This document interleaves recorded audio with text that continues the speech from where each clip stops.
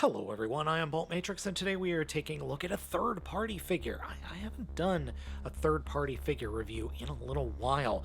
I picked up this figure over at sirtoys.com, and this figure is Pocket Toys M.01 Glider of Sky, aka it is a third-party masterpiece class Powerglide.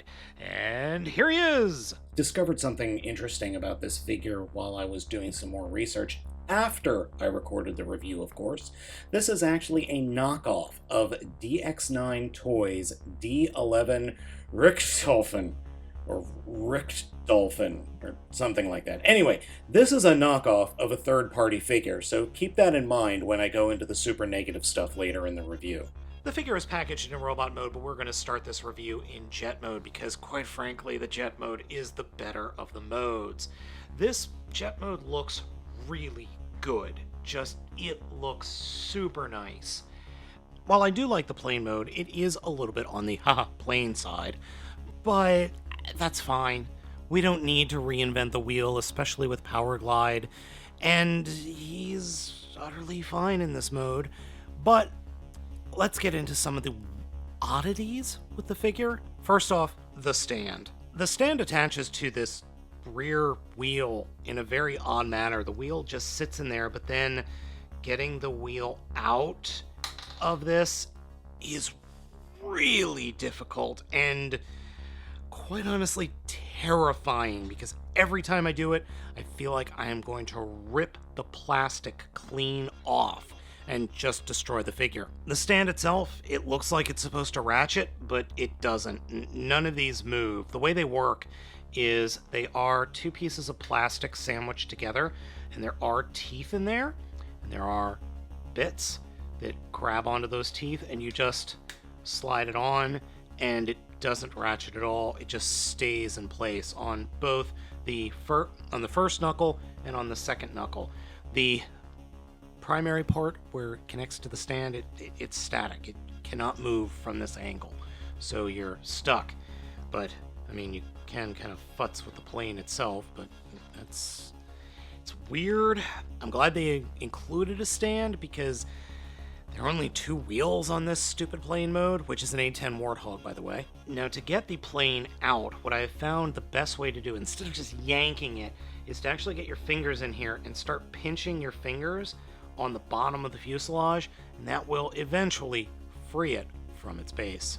The figure comes with a couple of accessories, the first of which is a gun, which mounts, as you can see, under the front of the plane mode, and it's just the robot mode's gun. It just sits there. The gun doesn't transform or doesn't collapse in any way, it just kind of sits there. And then you've got this, which looks odd. The white underneath the front of the plane mode just looks odd. The plane mode holds together perfectly. I don't really have any complaints. The front fuselage, which does form the head, stays on there very well, and the overall plane mode holds together, except for four separate spots. The engines, which at the slightest touch move and fold up, which, let's be honest, that looks badass.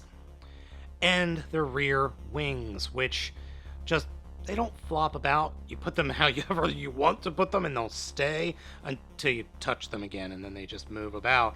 There's nothing locking them into place, and you would think that the plane, or the wings, could go up farther against the fuselage, but they can't. I've really tried. It just doesn't work. To deploy the front landing gear, you actually have to come in here and open up this panel, and then flip out the front landing gear, and then to flip out the rear, you just fold it down, and you have two wheels, which, if you've ever seen a parked A10, they have three wheels. They're not dual wheels. That's weird, but I kind of forgive it, given the way the transformation works. For a size comparison, here is Optimus Prime from Earthrise Prime. You can get a decent idea on the scale of this thing. I'm pretty sure this never appeared in the show. Anyway, I've got to give the designers of this figure credit. This transformation is really interesting, but it's not hard. It is a little weird, but it's cool. So First, we'll fold the landing gears up and get them out of the way. And then we will come to the back of the vehicle mode and grab the back of the vehicle mode and just wiggle it apart. There is a nice tight pin at the back here. And then grab the entire bottom of the plane at the just behind the wings and or dislodge it. Next, come to the sides of the main wings and unpeg them and then flip them forward like that. That will then allow us to split the rear of the fuselage apart like that and take that bottom panel section and flip it up and over like so and fold it in on itself like that. And then you kind of see what we're going to do here. We've got the back of the fuselage, which obviously is going to form the legs. So grab the tail and fold it in, and then do the same thing on the other side, like so, and then just turn the front around, and then fold the wing down and under and peg it into place to form the bottom of the feet, which is a really good use of the back of the plane mode. That's really smart. Then turn the legs, and we've got these thrusters coming off to the side. Fold them up and then out like that, and open up the thrusters from the bottom. There are little pegs that we want to fold out, and this is really hard. You're going to need something small or a spudger in order to flip this section out. I end up using maybe a butter knife or, I don't know, a shiny, semi-clear, useless sword. And what that'll do is give us enough room to flip that around and then peg it into place on the back of the leg. So I was wondering why this wasn't lining up, and I remembered when I got the figure, these weren't connected like this. Looking at the directions, this is assembled incorrectly. So I would have to hammer out or remove this pin, flip it around, and somehow flip it around and then put the pin back in order for it to get lined up, because that doesn't line up correctly. Now for the torso. So what we're going to do is first make sure that the wings are parallel or perpendicular to the rest of the body. Come up to the section with the gun and flip the head around, which, believe it or not, this flipping the face around is the hardest part of the dang transformation. Pull the the nose cone up so we get some head articulation. Come to the wings and flip these little bits that are on the middle wings out until they click into place. And with my giant man meat hands, it's really hard, and of course, I just trimmed my fingernails today.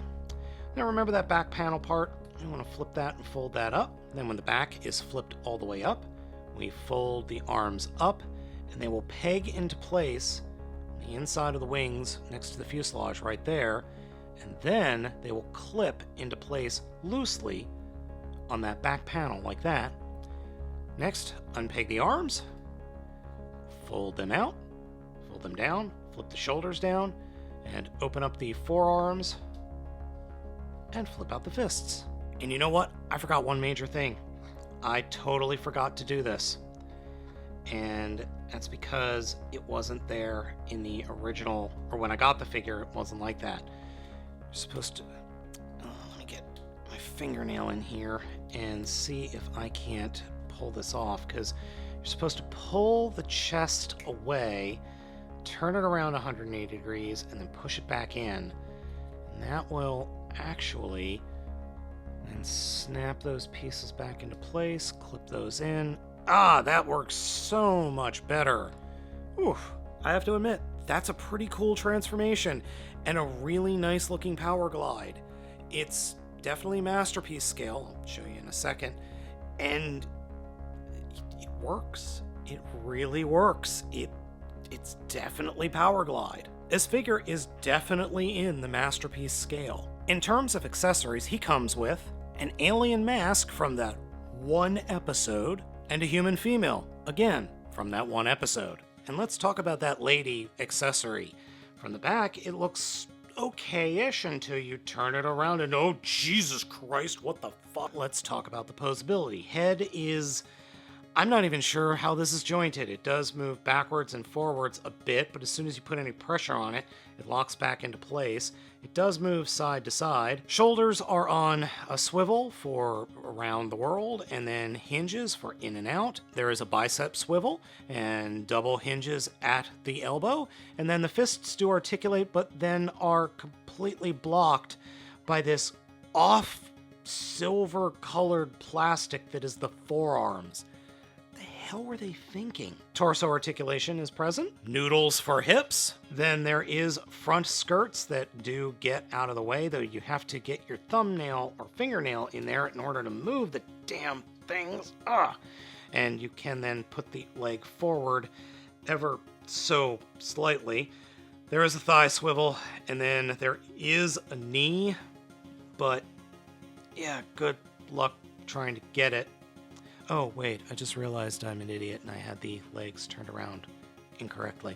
Yeah, that makes the knees actually work. I'm an idiot. And then there are the poor excuses for ankles and heels. Notice how the heels are kind of at a 30 or 45 degree angle. Yeah, that's because if you flatten them out, something interesting happens. That is, the figure can barely stand up. Oh, there it goes. So as I have discovered the hard way, posing this guy is a challenge because as soon as I pick it up, as soon as I move something with the legs, it just falls flat on his back, which Powerglide deserves better, but God, everything from the hips down is a loose, floppy mess. The pins in the hips, or the ratchets, or whatever the hell is in the hips, which it feels like they're supposed to be ratchets, are loose. The knees are loose. The swivels are loose. The ankles are loose. The heels are a mess. So that's why I end up putting the heels off on an angle so I can actually have the figure stand up. Oh, and there is a heart inside his chest. However, it is so far up there that if you're looking straight on, and I'm actually looking from just below the figure, you can't actually see the rest of the heart. If they had lowered it by like 3 or 4 millimeters, 5 millimeters, it would actually work, but it doesn't. I am super bummed with this figure. I wanted it to be so much better than it is, but the joints just let it down. And the fit and finish is fine, actually, except for the forearms. I don't understand their decision there, but it's not that big a deal.